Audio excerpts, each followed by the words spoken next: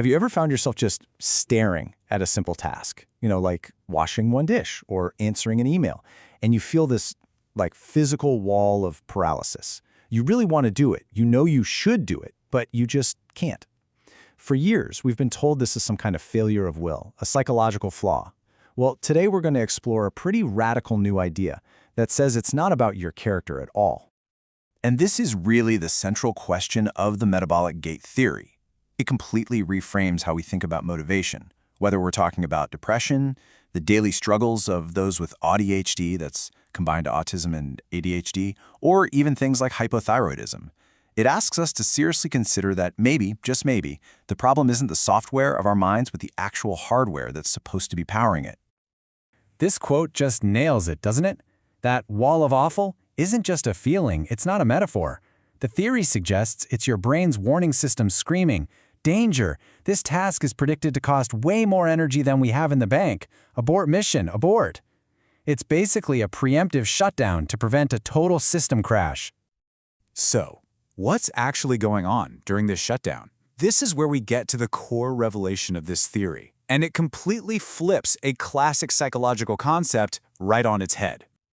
So, most of us have probably heard of learned helplessness, right? The idea came from these experiments back in the 60s where animals, after realizing they couldn't get out of a stressful situation, would just give up and stop trying, even when an escape route opened up later. It became this huge model for understanding things like depression.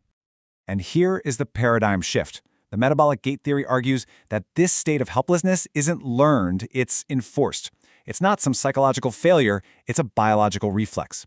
Your brain isn't deciding to give up, it's being forced to by a very real energy crisis. Think of it like this. Your brain has an emergency safety brake. When it senses a massive energy shortage, like a power grid about to go dark, it starts cutting power to non-essential systems just to survive. And you know what's one of the first things to go offline? That creative, problem-solving, let's get this done part of your brain. The more primitive, just brace for impact part takes over. Okay, so how does this shutdown actually happen? I mean, this isn't just an analogy. It's a real biological process, and it seems to be governed by three main signals that work kind of like a traffic light for your motivation. So let's stick with that traffic light idea. For you to get a green light to take action, three things need to line up. First, you need the go signal. This comes from an active thyroid hormone called T3. It's basically the gas for your body's tiny little power plants. Not enough T3, you simply can't generate enough energy. Then you've got the brake signals. Stress chemicals can literally slam the brakes on action, giving you a hard red light. And finally, there's the hope signal. That's the dopamine hit you get from success, which tells your brain, hey, that was good, it's worth trying again. When that go signal is weak and the brakes are on, your system just defaults to a full stop. All right, so if this is a biological problem, how in the world do we fix it? Well, the research points to a really logical, 5-layer approach to systematically power the brain back on. And the guiding principle here is so simple, but so profound. You can't just think your way out of a power outage. You have to restore the fundamental biological systems first before any of the cognitive or behavioral stuff can even hope to work. Trying to use therapy first is kind of like yelling at a computer with a dead battery to turn on. It's just not going to work. So here are the 5 layers, and they're in a very specific order. You'll notice the hierarchy here. We start with the absolute most fundamental thing, the body's master energy signal, T3. Then we stabilize the whole system with things like light and diet. And only then, once the power is actually on, can we start to rewire the behavioral and cognitive circuits. So, how do you even know if your power supply is faulty? Standard thyroid tests, believe it or not, often miss the problem. This theory suggests looking at something called tissue hypothyroidism, basically the energy that's actually available to your cells. The key is the relationship between free T3, which is the active gas pedal hormone, and reverse T3, which is a dud hormone that stress produces to block it. Think of reverse T3 as putting a brick on the brake pedal. A low ratio between those two, or even just a consistently low morning body temperature, can be a huge signal that your brain is starving for energy, even if your standard tests look normal. And the impact of fixing this, it's absolutely staggering. This chart comes from the STAR-D study, one of the biggest studies ever on treatment-resistant depression. It shows that a standard antidepressant had only about a 20% success rate on its own. But look what happens when they added T3, just giving the brain the energy signal it was screaming for. The response rate jumped to nearly 60%. I mean, that's not a small tweak. That is a total game changer. And this really connects the data to what it feels like for a real person. This person describes T3 as unlocking an initiating creative force. It's not just about having more energy to do the dishes. It's about restoring the very biological foundation of your sense of agency, your creativity, what they call soul force.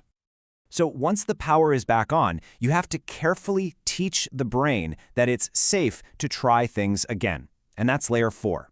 The key here is to start with ridiculously small, absolutely guaranteed wins. The goal isn't productivity. It's to generate these tiny little hits of dopamine, that I did it molecule, to rebuild the hope circuit that's gone dormant.